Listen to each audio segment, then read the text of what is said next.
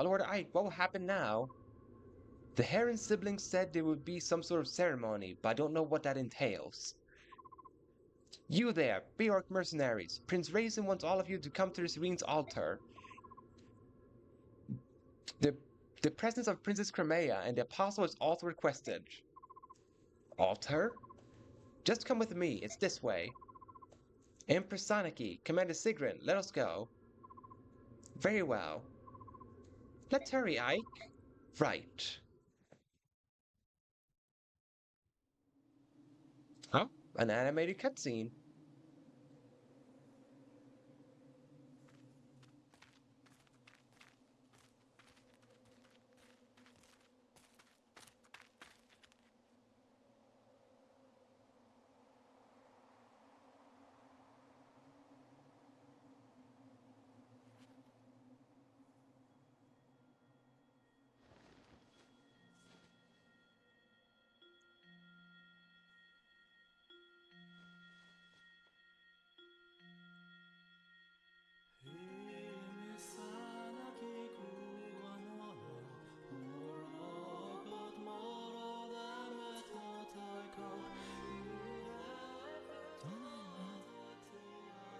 Mist, isn't that Mother's song? Not quite. But it is close. Ike, look! Up there!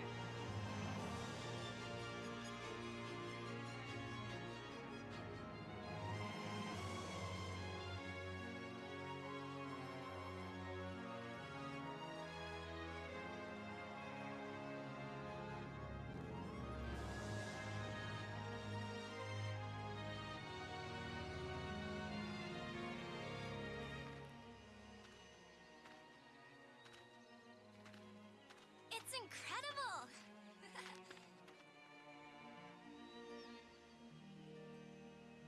Lord of the Forest. He's returned.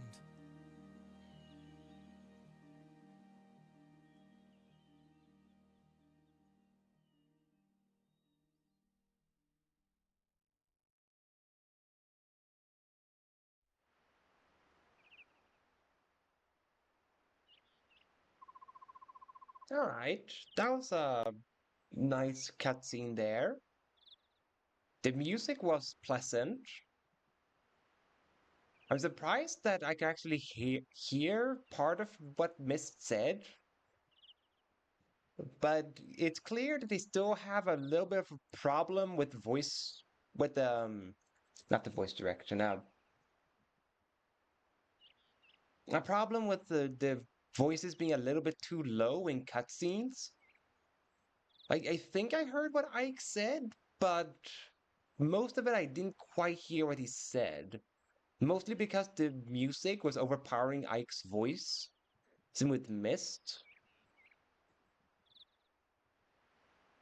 But I guess you can't really blame them, because this was the first ever 3D Fire Emblem game. So I guess the studio that was in charge just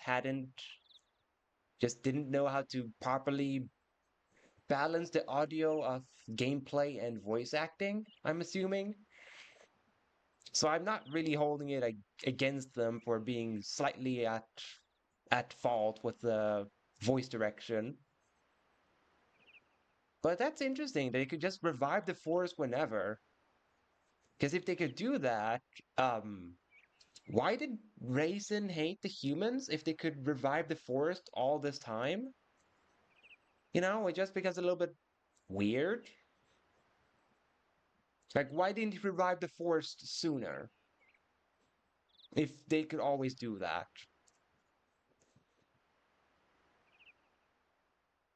But the only reason I was quiet um during that whole cutscene and didn't give any reaction was, just in case when this get uploaded, just if the YouTube regulations would be weird with the music. So to be on the safe side, I was quiet. So therefore, if I had to mute that section, you didn't lose any of my commentary.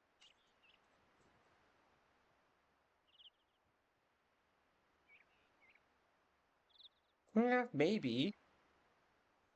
Like, maybe you need to not hate to be able to revive the forest. That could be something.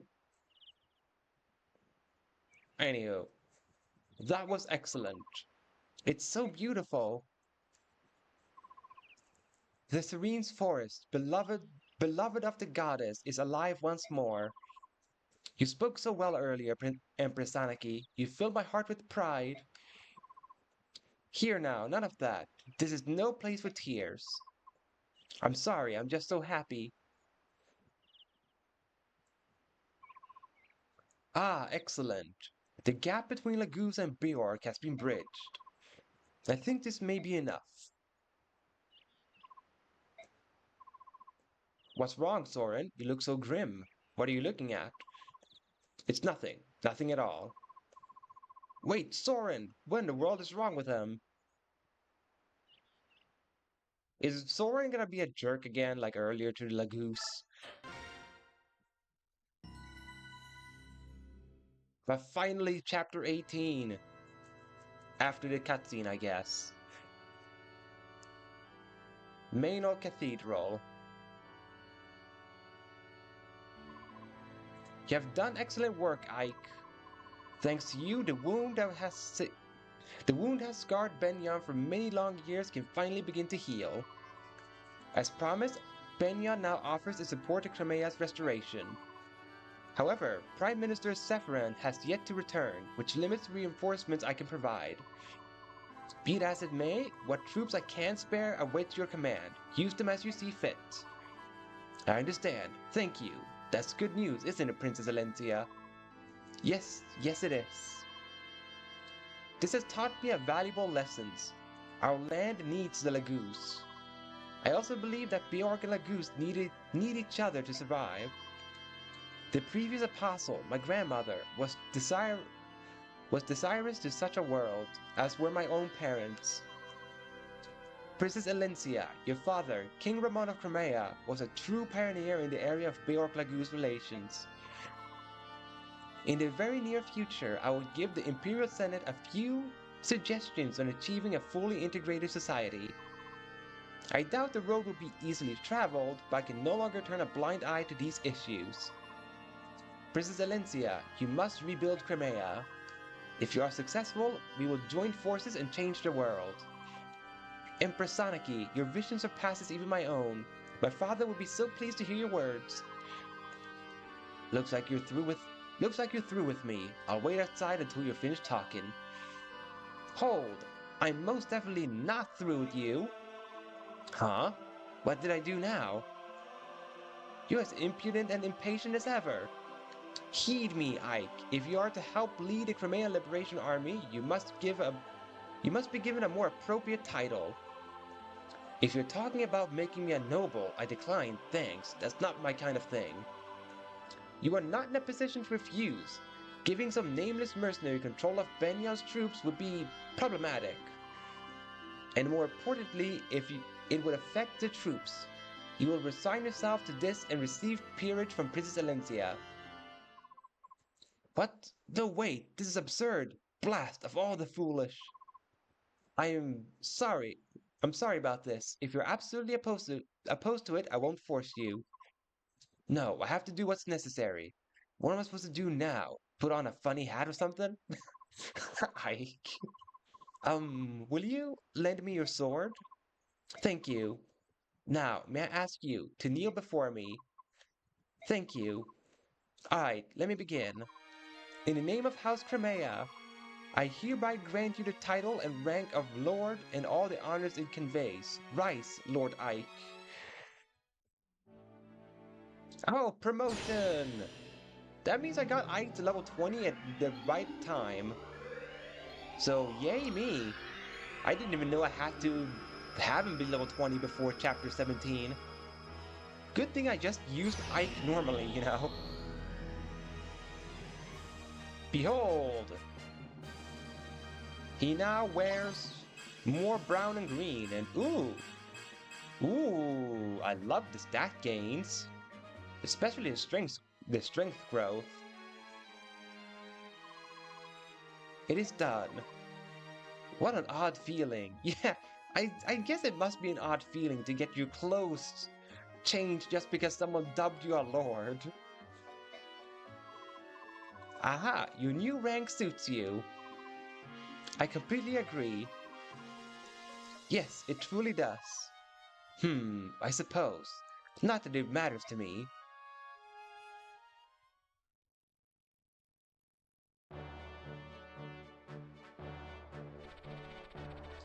Western Benyon is home to a great forest. At one time, these woods were home to the Kingdom of Serenes and ruled by the Heron clan of the bird tribes.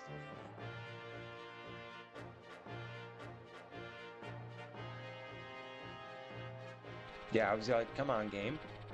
Following the Serenes massacre, the forest lost its color and vitality. Some said it was the sorrow of the goddess made real. For 20 long years, the devout citizens of Benyon trembled in shame and loathing over the crime they had committed.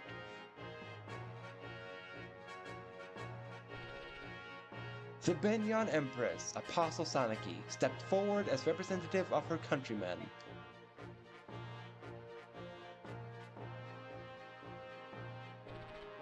Kneeling before the surviving Heron, prince and princesses, she gave voice to the apology of her people. She spoke not as she spoke not as one nation to another, but as neighbors on the same continent. The massacre was unforgivable. However, hatred breeds hatred, and if the cycle of grief and anger is not broken, it will continue from time without end. It was with this in mind that the Herons accepted the Apostle's apology.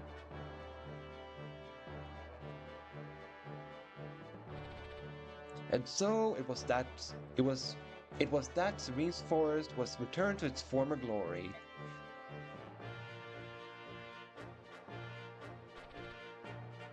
Afterward, as payment for Ike's service, Princess Elincia gained the service of a regiment of Benyon army regulars.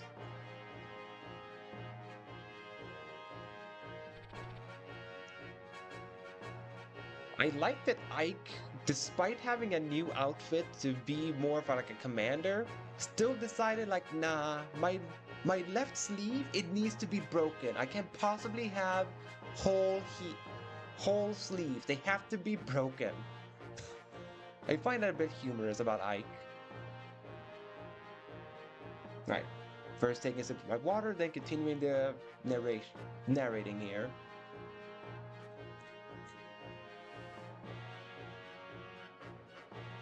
Though of common birth, Ike receives peerage from the princess and is given command of the army.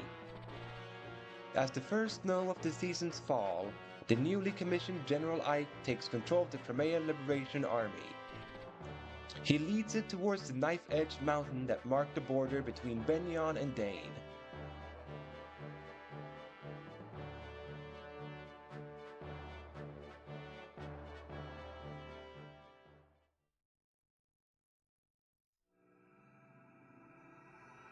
There we go. Chapter 18, Crimea Marches.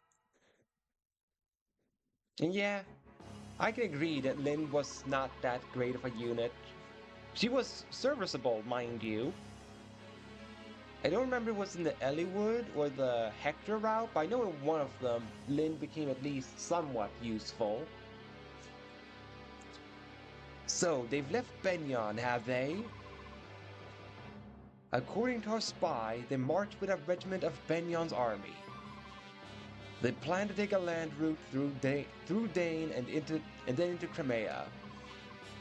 Ha! They plan to cut across Dane with nothing more than a single regiment at whose core is a tattered band of ragtag mercenaries? Gawain's son leads this rabble, yes? How does he stand up to his father's legacy? He doesn't. He's just a boy, not yet worthy of his father's name. Disappointing. Though his skill with the blade is rough, there is something uncanny about him. People seem drawn to him. And not just Benyon's apostle either. He's also gained the trust of the Serene Survivor, and of King Phoenix as well. The Herons are alive?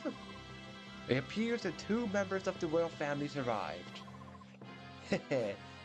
Look how nicely the table's been set for us. Bring one of them to me. I cannot which one, and I want the medallion as well. As you wish.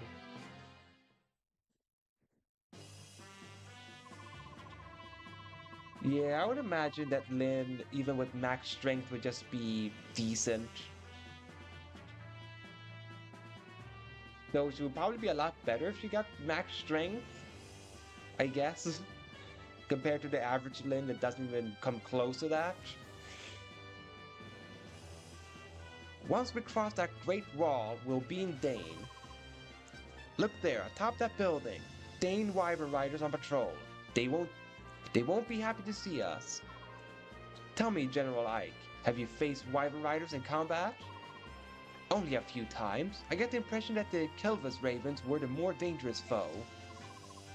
If that's your impression, then you have yet to fight true Wyvern Riders. What do you mean? I have no way of judging the ones we see here, but I know another unit, one that was attached to Benya's Temple Guard. They had their reasons for leaving, but the important thing to remember is that they are exceedingly powerful. Which explains why the apostles sent you to accompany us. That's right, Pegasus Knights fare better than most against Wyvern Riders. We know the skies as well as they do. Yeah, I prefer to keep my feet on the ground, thank you.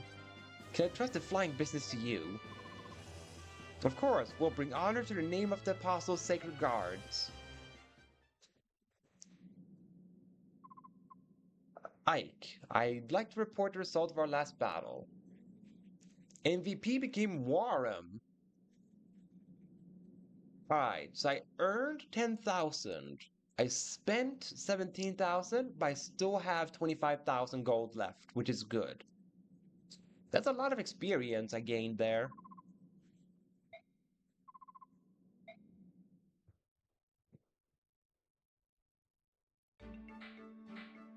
Alright, support.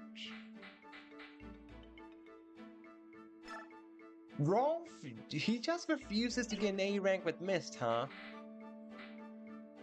He just simply refuses? Wait, Soren only has Ike and Stefan as his support ranks? Are you kidding me? Only Ike and Stefan? Or Stefan?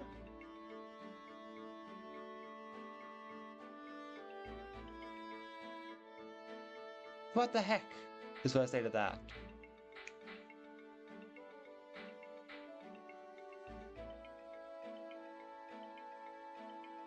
Well, let's do Mist and Titania's B rank.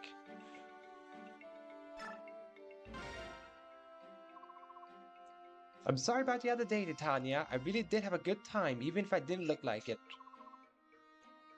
Don't worry about it, Mist.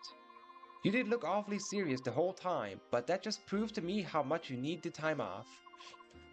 And I did enjoy seeing the town. I'd never seen anything quite like it, but kept thinking about all the chores waiting here.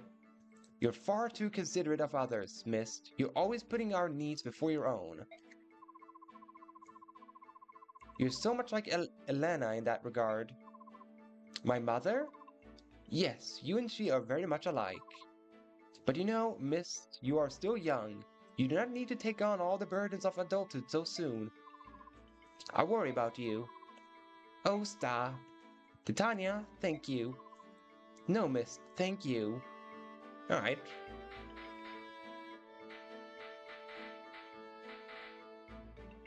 Marsha and Rolf? I mean, I guess I could. Sure. Marsha and Rolf. Ready, aim! Hey, you're Rolf, right? What are you doing out here all alone? I'm practicing my archery skills, see? I just nail target a tree and fire away. I cover my arrow tips with burlap to prevent accidents, you see? There was this one incident with a marmot. Well, I just try to stay close to the target now. It's not the best way to train, but at least it gives me some practice. Ah, that's so cute. You're trying hard, even though you're such a little guy. Hey, I'm not small. I'm a dangerous mercenary. Yeah, of course you are. Say, you mind if I practice with you? That's alright, I can take care of myself. I know, I'm just offering to help. You know, I was once a knight in the service of the world's greatest country. I also know how to handle a bow. As Pegasus Knight fear archers more than anything else, you know? Yeah? Well, you better watch out or I'll feather you like a quill. Ha! Big words, my little guy. I like you. Hey, you should take a look around and make sure nobody else is around before you start shooting arrows. I know that. Don't talk to me like I'm a baby. Sheesh, alright, touchy. Alright.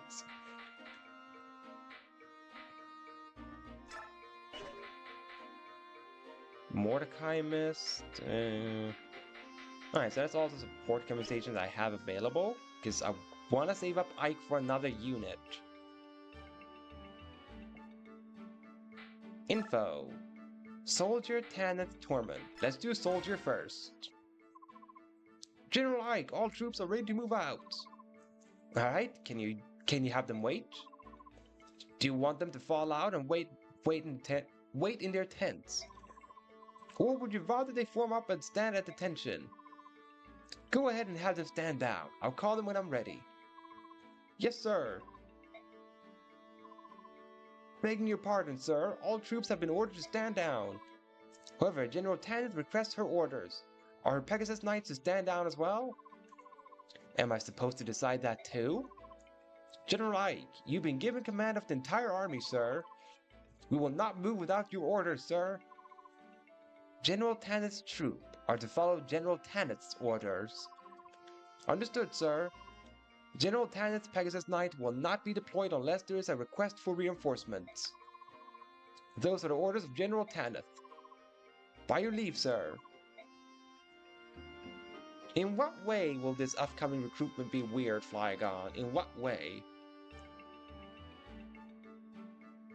Like, is it weird like Stefan, where you have to stand on a specific tile with a specific unit? Or just weird because of storytelling?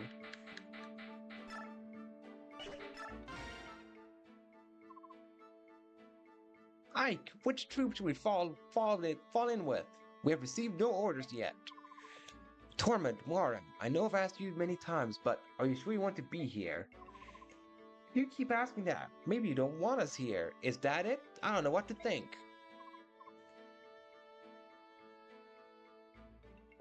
Wait. You have to talk to the unit with a specific character, then kill said character with a specific unit?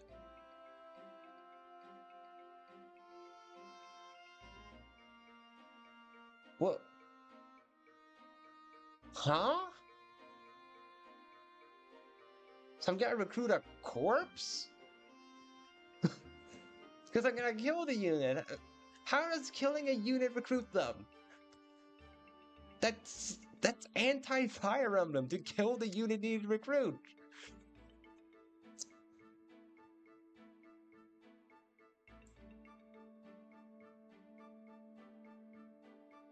Right, but it's still weird that you have to kill the unit, even if they in lore retreat.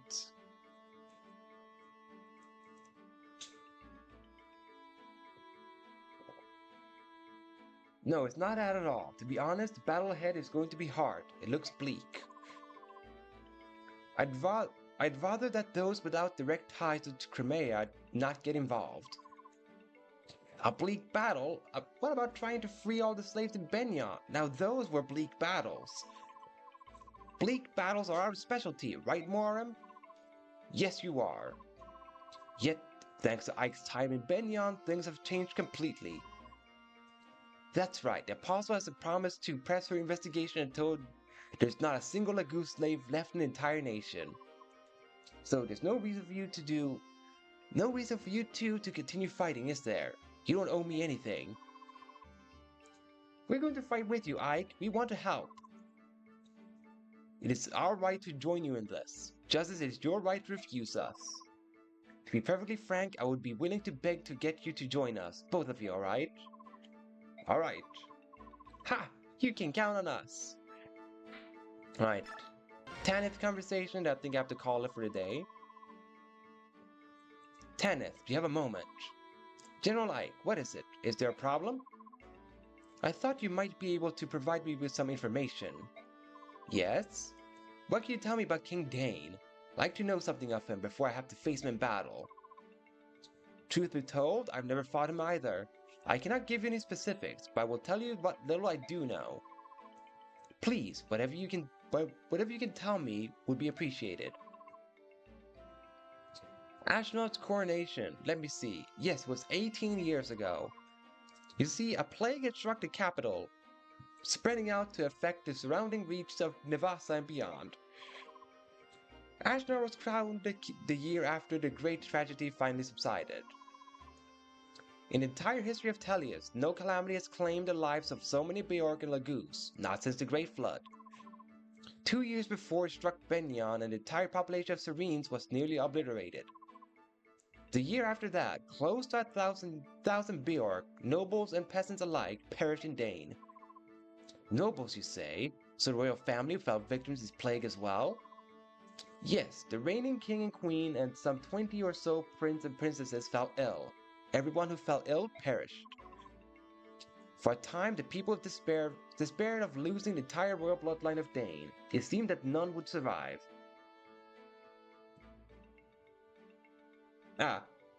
The next stream would be next Thursday. So a week from now would be the next Path of Radiance stream.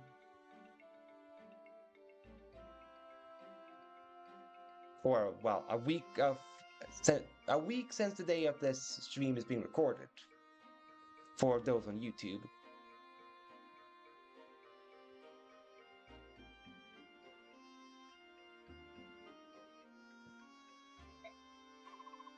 And yet Ashnod survived. He did. It is quite interesting in a sense. You see, his name was never mentioned in any talk of succession before that time. Sure, you can tell me, Flygon. He was of such a distant bloodline that he was unlikely to be king. In another place, though, his name was already well known. Where was that? On the battlefield. As you know, Dane is home to many brave warriors. At the time, then Princess Ashnod was said to have been a match for an entire troop of Pegasus Knight. Benyon and Dane both keep close watch over their borders, and their patrols fought in many skirmishes. Although there was no wars to speak of, these land disputes did end with Dane claiming a small portion of Benyon's soil. It would be no exaggeration to say that this was solely due to the strength of one man, Ashnod. Forgive me, I've spoken longer than I intended. It's about time we get back to the business of marching preparations. No, thank you for telling me so much. If we have another chance, please share more of your stories. Understood. Alright. Now to save the game. There we go. Good stream. Other than the misfortune of some of the level ups of some of the units and the sheer length of chapter 17, I am happy with how today's stream went. So, those seeing this on YouTube, I appreciate any support you give to my channel, either by leaving a like, commenting, sharing the video, and all that. And if you ever want to see any of these playthroughs live, you can find my Twitch channel in the description below. Till then, farewell.